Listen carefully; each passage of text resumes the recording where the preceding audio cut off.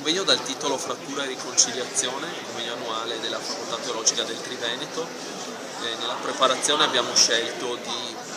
condividere con alcuni docenti il percorso della mattinata legato a frattura e riconciliazione in diversi ambiti: l'ambito della filosofia politica, un ambito della teologia sistematica con attenzione all'antropologia teologica e all'escatologia, e poi infine l'ambito della criminologia, quindi ambiti molto diversi ma che tendono ad intrecciare il senso di una frattura che consente delle riconciliazioni, ma che sono riconciliazioni da strutturare nel tempo. E l'altro aspetto non solo della progressività ma anche dello strutturare le riconciliazioni in tanti ambiti diversi, per cui nel pomeriggio